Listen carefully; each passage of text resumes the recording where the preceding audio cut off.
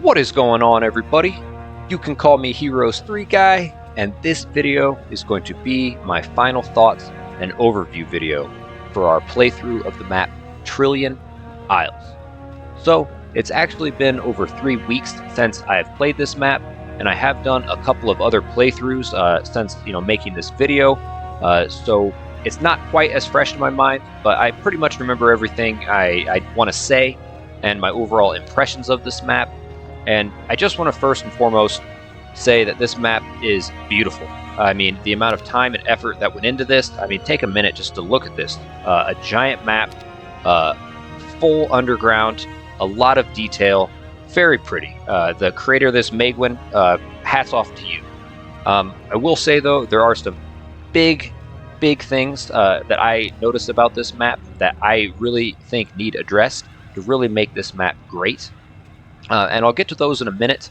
But this map, it was extremely easy. I didn't really have much of a challenge, and it was fairly early on that I realized this was going to be a breeze, and I was just going to have to take the time to, pick off everyone, explore the map.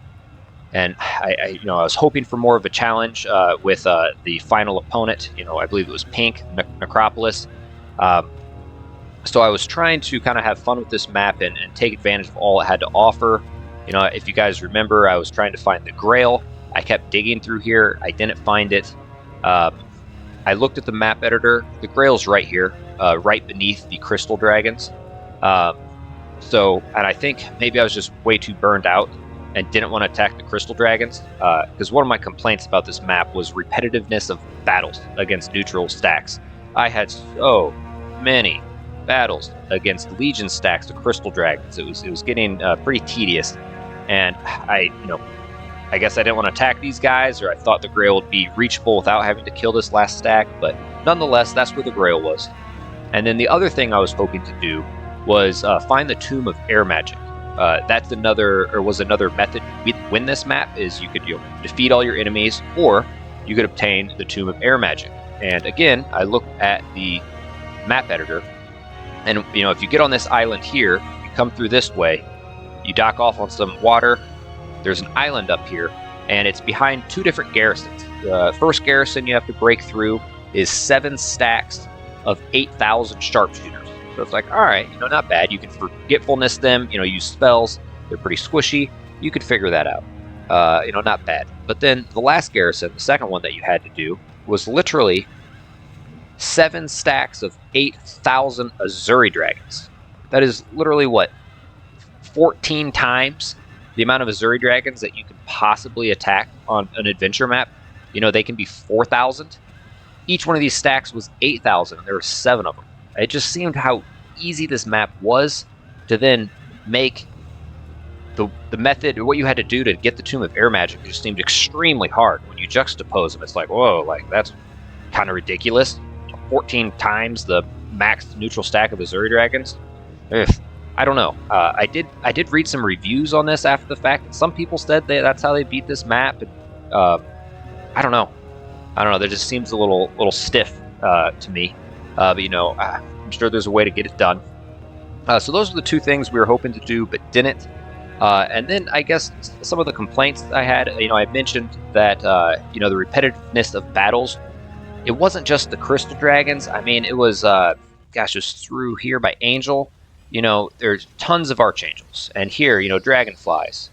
Serpentfly Hives, tons of Dragonflies. And then, you'd find, the Troll Islands, lots of mummies. There is just a lot of the same neutral monster. And I get it. These have a theme. Dwarves on the Dwarven Isles.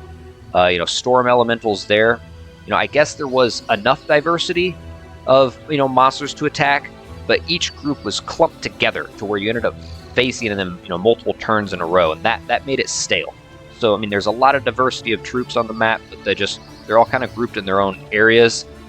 One thing I would experiment with is, take half and make them neutral monsters. Make every other stack angels, and then all the others just on the map editor, change it to a random level 7. Same with trolls, put a random level 5, in between each stack of them. Something to spice it up.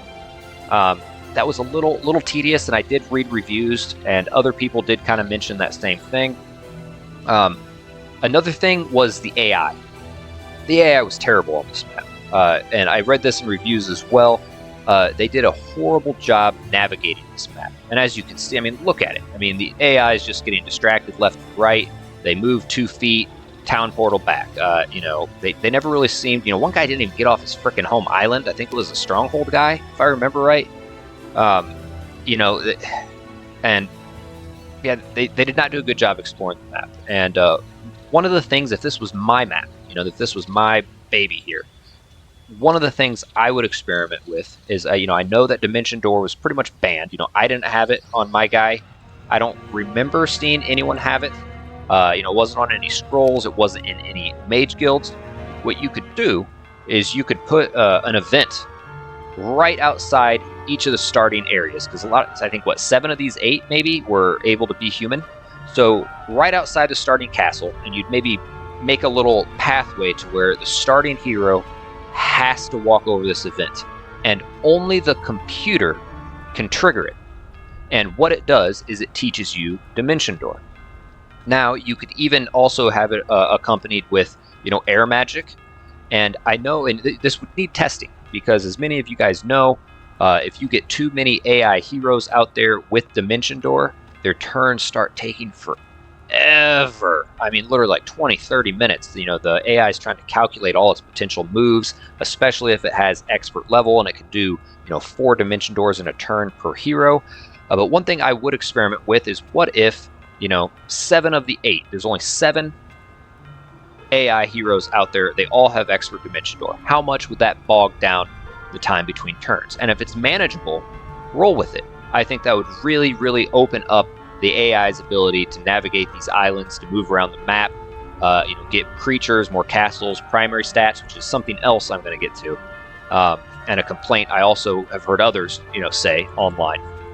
But try giving them, the Dimension Door, and if it's bogged down too much from that, maybe just give Pink, Megwin, maybe only give him the expert air magic, and then a potential workaround is, in those same events that only a computer can trigger, that go away after one time, you could put secondary skills in there, and you could just pick out 8 solid, good primary or secondary skills that automatically fill the computer's starting hero. It fills out their secondary skills, and you make sure air magic is not in it. So you can give them great offense, armor, wisdom, give them earth magic, give them fire magic, something. Maybe mix it up depending on the faction. If they're the fortress, make sure they get water magic. Fire magic maybe for conflux. Just make sure air magic isn't on there. So the main hero, the only one that does know Dimension Door, is only going to have basic Dimension Door, and that won't bog down the turns as much. But if you can not bog down the turns and have these guys have expert, that's the way I'd go. I think it would really pose more of a challenge and kind of counteract the AI's lack of ability to get around the map. And then, like I had mentioned earlier, primary stats. Their primary stats were terrible. Oh my God, the primary stats are absolutely horrible. And again, it's because they can't really get around the map very well. So I test run the Dimension Door first. If that works, do a test run. If they seem to be getting around better and utilizing, the primary stat boosters, then fine, that does it. If that still isn't enough to where the AI is getting at least a decent amount of primary stats, I would return back to random events. I would scatter a number of random events all through the water and the lands that go away after they've been triggered the first time. Maybe toy with a couple of them that are just reoccurring. I don't know. And have it to where only the computer can trigger it, and it gives you primary stats. I think that would help a lot too, because these guys, their stats were abysmal, and I was able to defeat enemies with way higher army strength, but they had terrible primary stats. They didn't have good spells. I did notice that they were getting a lot of extra creatures. I think that's good. But I think those are the only really things I have to say. And I don't want to repeat myself or drown on and on. It's repetitiveness of battles, kind of trying to fix the AI's lack of ability of exploring the map, getting primary stats. Also, the Powerhouse Megwin, he needs to be able to get out more, and maybe Dimension Door would help fix that. If you look at his home land, he never really branched out. I mean, I don't even think that these enemies fought each other. They just kind of hung out in their respective areas on this giant convoluted map until I finally got to them to take them out. These guys need to be able to duke it out with each other. Pink, I think, should pose a threat, at least by mid-game. Maybe not so powerful where he's going around taking over everyone right away. But those are some of the things that I think really needs to be changed. And this map is too pretty, too much time and effort went into it. Shoot, I'm almost tempted to go in and make these changes myself, but it's not my map. Maybe for my own personal sake, I don't know. I probably almost want permission to do it. This is just, it's not my map. But those are some of the things I would do. Again, I've played this map once. Maybe someone else had a very different experience. If you have, comment. Let me know what your experience has. If you've played this map, let me know. And I think that's all I have to say. I did remember wanting to also showcase, clone of Archangels and having them do their resurrection. I am happy that I was able to showcase that, albeit I didn't get clone until the late game. I remember that's something I wanted to mention. So I did get to showcase it, but not as early as I wanted. But hey, I got the point across for you guys. But I think that's it. Maybe I'm forgetting something. It's been a few weeks. But yeah, let me know in the comment section what you thought of this playthrough, what you think of my proposed changes to the map. Maybe you disagree with them. Maybe you have some ideas of your own. Perhaps we can brainstorm together, come up with some great ideas, and we can catch the attention of the map maker. Maybe Megwin will come across this and be like, that's not a bad idea. And he'll get the itch to come back and edit it some more. And quite frankly, I think the changes I'm proposing, they're very simple to make. Yeah, it will take some test runs, but that's something that could be outsourced. People can try it, and then he'll get feedback. But yeah, so for those of you that have watched my playthrough and have gotten this far and are watching this video, thank you so much. I'm absolutely thrilled with the amount of attention I'm getting, the likes, the comments, the views, subscriptions. They're coming along quite nice.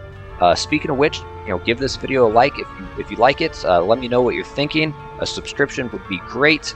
And please keep an eye out for future content, guys. And until next time, take care.